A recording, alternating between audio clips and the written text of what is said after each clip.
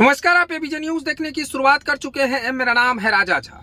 देखिए, लोकसभा चुनाव को लेकर बिहार महागठबंधन में सीट शेयरिंग तो हो चुका।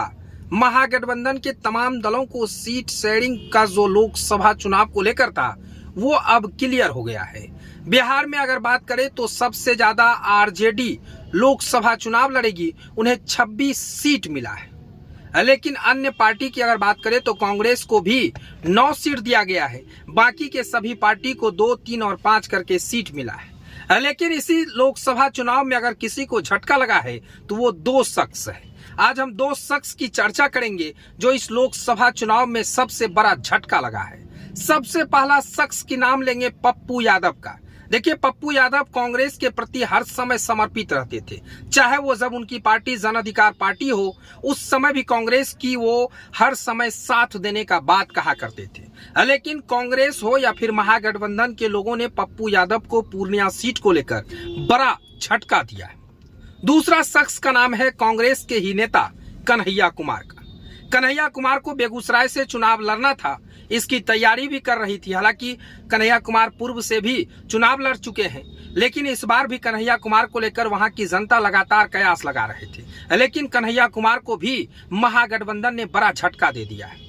देखिए, अगर सीमांचल की बात करें तो पिछले 10 दिनों से पूर्णिया हॉट सीट था। इसलिए हॉट सीट कर रहे हैं कि लगातार चर्चा का विषय बन रहा था कि आखिर में पप्पू यादव किस पार्टी से लोकसभा चुनाव लड़ेंगे।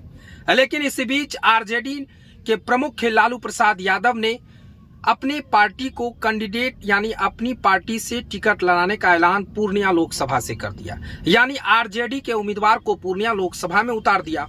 इतना ही नहीं, सीमांचल के कभी वो इलाका हुआ करता था जहां से पप्पू यादव हो या उनकी पत्नी भी कांग्रेस के टिकट पर चुनाव लड़ा करती थी। लेकिन अब लालू यादव ने उन जगहों को भी अपने हाथ में ले लिया है। उन तमाम चीजों को देखते हुए अगर यूं कहें तो पप्पू यादव को बड़ा झटका दिया है।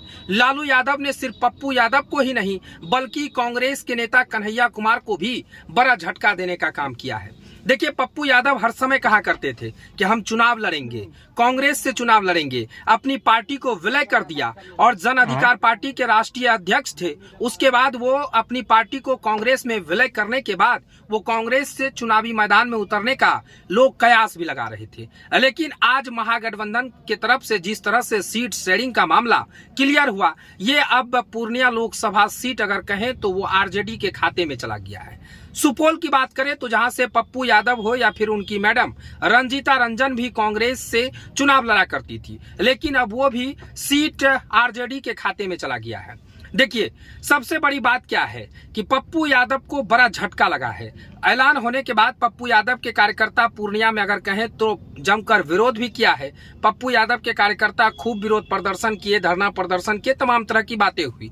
लेकिन कन्हैया कुमार को भी कहीं ना कहीं महागठबंधन के लोगों ने झटका दिया है। सबसे बड़ी इसकी वजह लालू यादव का माना जा रहा है। लोग कह रहे हैं कि लालू यादव इन 2 शख्स के पीछे बड़ा खेला कर दिया है। लालू यादव इन दोनों को बड़ा झटका दिया है। अब आपको बताते हैं। देखिए, जहां से पहले कभी न कभी पप्पू यादव या उनकी पत्नी चुनाव लड़ा करती थी, इन सीटों में सुपौल, मधेपुरा और पूर्णिया का नाम शामिल है। ये 3 सीट आरजेडी के खाते आई है। पप्पू यादव 1 बार विधायक और 5 बार सांसद रह चुके हैं। इसमें 3 बार पूर्णिया से, 2 बार मधेपुरा सीट का प्रतिनिधित्व कर चुके हैं। जबकि सुपौल से पप्पू यादव की पत्नी रंजीता रंजन सांसद रह चुकी है। वे वर्तमान में कांग्रेस से राज्यसभा सांसद है। 2019 का चुनाव में कन्हैया कुमार की अगर बात कर ले तो वो सीपीआई के टिकट पर लड़े थे। बेगूसराय में उनके सामना बीजेपी से गिरिराज सिंह के थे। हालांकि इस चुनाव में भी कन्हैया कुमार को करारी हार मिली थी। उसके बाद वे कांग्रेस में शामिल हो गए। सीट बंटवारे में एक बार फिर ये सीट सीपीआई के हिस्से में आ गई है। इधर पूर्णिया सीट से दावेदारी कर रहे पप्पू यादव पीछे हटने को तैयार नहीं।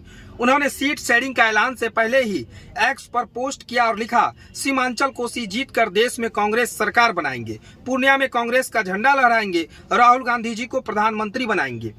तो यानी साफ तौर से कहे तो कांग्रेस का भी अभी गुण पप्पू यादव गा रहे हैं। कांग्रेस जब महागठबंधन की तरफ से सीट शेयरिंग का मामला क्लियर हुआ तो उसके बावजूद भी पप्पू यादव ने अपने ट्विटर पर लिखा है कि पूर्णिया से हम कांग्रेस का ही झंडा लहराएंगे। अब ये संकेत समझिए या फिर जो समझिए, इसलिए हम कह रहे हैं क्योंकि पप्पू यादव को अभी भी हौसला है कि कांग्रेस अपनी पार्टी से यानी महागठबंधन से चुनाव लड़ाएगी। लेकिन यहाँ तो अब सब कुछ क्लियर हो गया है, क्योंकि टिकट का बंटवारा भी जो था वो भी क्लियर हो गया है, तमाम तरह की चीजें क्लियर हो गई है। लेकिन पप्पू यादव को अब देखना बड़ा दिलचस्प होगा। दूसरे चरण में पूर्णिया लोकसभा का चुनाव होना है, 26 अप्रैल को पूर्णिया में चुनाव होना है, 4 तारीख तक अंतिम नॉमिनेशन की तिथि का जो डेट है वो है।